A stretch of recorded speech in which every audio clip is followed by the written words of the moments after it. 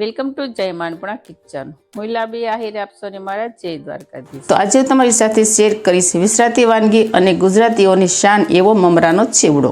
તો મમરાનો ચેવડો તો આપણે પરંપરાગત બનાવતા જ આવીએ છીએ, પરંતુ આજે આપણે અલગ રીતે મમરાનો ચેવડો બનાવવાનો છે અને થોડાક અલગ ઇન્ગ્રેડિયન્ટ્સ વાપરી અને આપણે મમરાનો ચેવડો બનાવી અને તૈયાર કરવાનો છે. તો હું તો મારા ઘરમાં 15 વર્ષથી આ જ રીતે મમરાનો ચેવડો બનાવું છું અને બધાને ખૂબ પસંદ છે.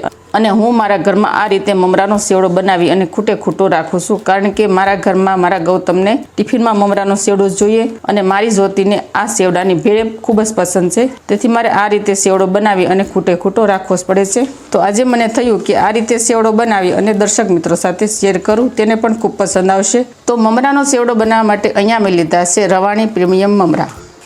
આપણે સાદા મમરા લેવાના છે, તમે કોલ્હાપુરી મમરા પણ લઈ શકો છો. તો ચેવડો બનાવતી વખતે આપણે ખાસ ધ્યાન એ રાખવાનું કે આપણે મમરાનો ડાયરેક્ટલી યુઝ નહીં કરવાનો. તો તેના માટે આપણે કોઈ પણ આ રીતની પ્લાસ્ટિકની થેલી લઈ લેવાની, તેની અંદર આપણે મમરા એડ કરી દેવાના. તો મમરા પેકેટમાં આવે છે, એટલે મમરાની અંદર જુઓ કાળા મમરા હોય છે, અમુક આ રીતના મમરા આવે છે 2 કલરના કાબરા તેતરા.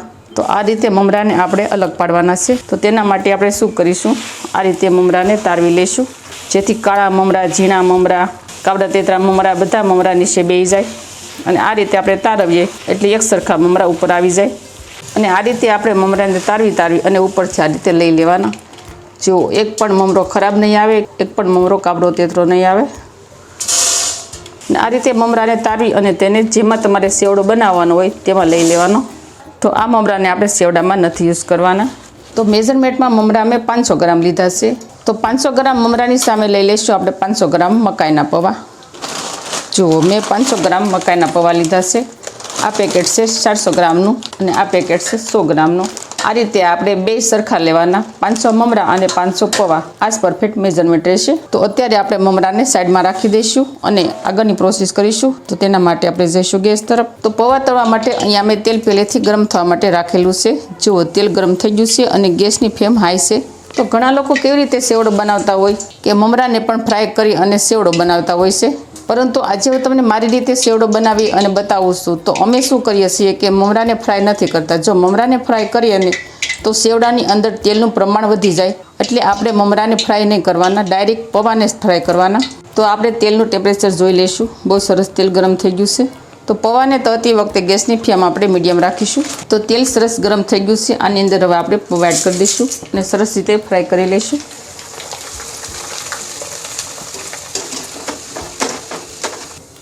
હવે આ પૌવાને આપણે ડાયરેક્ટલી મમરામાં જ એડ કરવાના છે.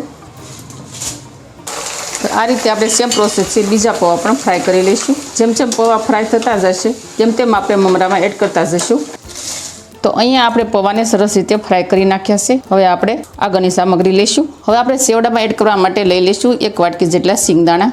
સિંગદાણાને આપણે ફ્રાય કરી લેવાના છે. તેને આપણે ડાયરેક્ટલી ઝારામાં જ એડ કરવાના છે. આ રીતે પણ આપણે ફ્રાય કરી શકીએ છીએ. સિંગદાણાનો દાણો ફાટી જાય ત્યાં સુધી આપણે તેને ફ્રાય કરવાનો છે. જો આ રીતે દાણામાં તિરાડ પડવા લાગે એટલે આપણે સમજી લેવાનું કે આપણા સિંગદાણા સરસ ફ્રાય થઈ ગયા છે. પણ આપણે ડાયરેક્ટલી ટબમાં એડ કરી દઈશું. ત્યારબાદ આપણે કઢી પત્તા થોડા લઈ લઈશું. તેને પણ આપણે ઝારામાં જ ફ્રાય કરવાના છે. કઢી પત્તા એડ કરવાથી સેવડામાં ટેસ્ટ બહુ સરસ આવે અને સુગંધ પણ બહુ સરસ આવે. આને પણ આપણે ટબમાં એડ કરી દઈશું. હવે અડધી વાટકી જેટલી આપણે લઈ લઈશું રંગબેરંગી ભૂંગળી. આ રંગબેરંગી ભૂંગળી નાના બાળકોને ખૂબ પસંદ હોય છે, પણ સેવડામાં આ ભૂંગળી એડ કરવાથી બહુ સરસ કલર આવે છે અને દેખાવ પણ સરસ આવે છે સેવડાનો. આને પણ આપણે ડાયરેક્ટલી ટબમાં એડ કરી દઈશું. તો હવે આપણે વઘારિયામાં અહીંયા અમે 5 ચમચી જેટલું તેલ લીધું છે, તેને આપણે થોડુંક ગરમ થવા દઈશું. તો તેલ સરસ ગરમ થઈ જાય ત્યારબાદ આપણે આની અંદર 1 ચમચી જેટલી હળદર એડ કરી દઈશું. આ રીતે મિક્સ કરી અને સેવડામાં એડ કરી દઈશું. તો આ રીતે સેમ પ્રોસેસથી બીજી વાર પણ વઘાર કરી લઈશું. તો હળદર એડ કરી દીધા બાદ આપણે સરસ રીતે થોડું મિક્સ કરી દઈશું. તો હવે આપણે સેવડામાં ઉમેરવા માટે બીજા ઇન્ગ્રીડિયન્ટ્સ પણ જોઈ લઈશું. તો અહીંયા મેં લીધું છે 1 વાટકી મિક્સ સવાણું, તે આપણે 1 વાટકી લેવાનું છે.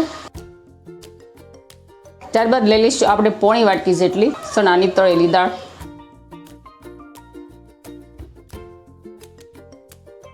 હવે આની અંદર આપણે લઈ લઈશું રોટી મસાલા. તો સૌથી પહેલાં લઈ લઈશું સ્વાદ અનુસાર મીઠું, 2 ચમચી જેટલું લાલ મરચું પાવડર, તમારા ઘરમાં જેટલું તીખું ખવાતું હોય તે પ્રમાણે તમે મરચું એડ કરી શકો છો. 2 ચમચી આપણે ધાણા જીરું પાવડર એડ કરી દઈશું. તો સેવડામાં થોડા સળિયાતા મસાલા હોય ને તો જ સેવડો ખાવાની મજા પડે છે. તો સેવડામાં મીઠાશ લાવવા માટે અહીંયા મેં લીધો છે 1/3 કપ ખાંડ મેં દળેલી લીધી છે. તમે ખાંડની જગ્યાએ સાકર પણ લઈ શકો છો. લાસ્ટમાં આપણે લઈ લઈશું બેસન સેવ. સેવ આપણે થોડી મોટી લેવાની છે, એકદમ ઝીણી સેવ નથી લેવાની. જુઓ તમે જોઈ શકો છો. સેવ મેં અત્યારે 250 ગ્રામ લીધી છે. હવે આપણે બધા જ ઇન્ગ્રીડિયન્ટ્સને સરસ રીતે મિક્સ કરી દઈશું. તો સેવડાની અંદર મસાલા સરખી રીતે ભળી જાય અને સરસ કલર આવી જાય ત્યાં સુધી આપણે સેવડાને મિક્સ કરવાનો છે. તો અહીંયા આપણે સેવડાને સરસ મજાનો મિક્સ કરી દીધો છે. જો તમે જોઈ શકો છો એક સરખો સરસ મજાનો કલર આવ્યો છે અને જોતાં જ ખાવાનું મન થઈ જાય તેવો સેવડો બન્યો છે. તો તમે પણ આ રીતે સેવડો બનાવજો, બહુ સરસ તૈયાર થશે. તો ફ્રેન્ડ, તમને આ વિસરાતી વાનગી સેવડાની રેસીપી કેવી લાગે તે મને કમેન્ટ કરી અને જરૂર કહેજો. અને મારી આવી જ નવી રેસીપી શીખવા માટે જય મા અન્નપૂર્ણા કિચનને સબસ્ક્રાઈબ કરી દેજો. વિડીયોને એક લાઇક જરૂર કરજો અને ફ્રેન્ડ અને ફેમિલીમાં વધુને વધુ શેર કરજો. તો આવજો, ફરી મળીશું આવી જ નવી રેસીપી શીખવા માટે. ત્યાં સુધી થેન્ક યુ. જય દ્વારકાધીશ, જય સિયારામ, ધન્યવાદ.